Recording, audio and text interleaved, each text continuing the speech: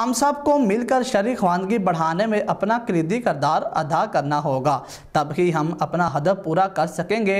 ان خیالات کا اظہار سید واجد علی شاہ ڈپٹی کمشنر ساہیوال نے یوم خواندگی سیمینار سے خطاب کرتے ہوئے کیا۔ اسی حوالے سے مزید تفصیلات بتا رہے ہیں ہمارے نمائندے راؤ محمد سرفراز خان۔ جی سرفراز، آگاہ کیجیے گا اس حوالے سے۔ جی، ہم سب کو مل کر شرح خواندگی بڑھانے میں اپنا کلیدی کردار ادا کرنا ہوگا، تبھی ہم اپنا ہدف پورا کر سکیں گے۔ ان خیالات کا اظہار سید واجد علی شاہ ڈپٹی کمشنر ساہیوال نے لٹریسی ڈپارٹمنٹ کے زیر اہتمام یوم خواندگی سیمینار سے خطاب کرتے ہوئے کیا۔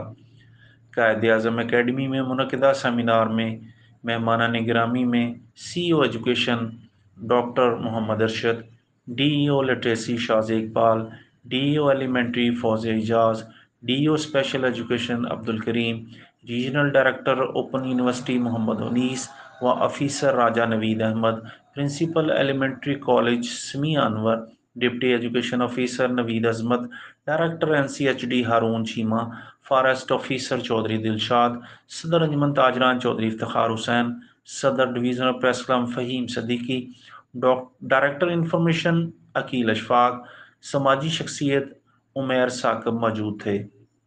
اس موقع پر طلباء، طالبات اور اساتذہ کی کثیر تعداد موجود تھی۔ شرکاء سے خطاب کرتے ہوئے سی ای او ایجوکیشن ڈاکٹر محمد ارشد نے کہا کہ شرح خواندگی میں اضافہ ہماری پہلی ترجیح ہونی چاہیے، کیونکہ بنیادی تعلیم پر خصوصی توجہ انتہائی ضروری ہے۔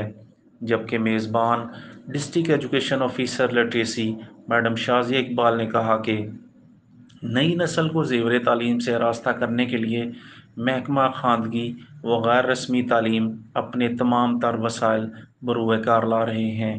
ضلع بھر میں 365 نان فارمل اسکول چل رہے ہیں، جن میں 13,000 بچے تعلیم حاصل کر رہے ہیں۔ ہمیں مزید کامیابی اسی وقت حاصل ہو سکتی ہے جب یہاں کی سول سوسائٹی، سماجی، کاروباری و صحافتی تنظیمیں ہمارا بھرپور ساتھ دیں۔ اس موقع پر ضلع بھر میں بہترین کارکردگی کا مظاہرہ کرنے والی مس ارشاد کو شیلڈ اور 10,000 انعام دیا گیا، جبکہ طلباء، طالبات اور اساتذہ میں بہترین کارکردگی کے حامل افراد میں تعریفی اسناد تقسیم کی گئی۔ اس موقع پر محکمہ لٹریسی کے رانا رضوانی، اویس احمد، میڈم ختیجہ، محمد اظہر، محمد سعید، رانا فرمان، احمد افضل، سلیم غفور کی کارکردگی کو سراہا گیا۔ جی بہت شکریہ سرفراز، تفصیلات سے آگاہ کرنے کے لیے۔ اب تک کے لیے اتنا ہی۔ مزید خبروں کے لیے دیکھتے رہیے ایس ایم نیوز۔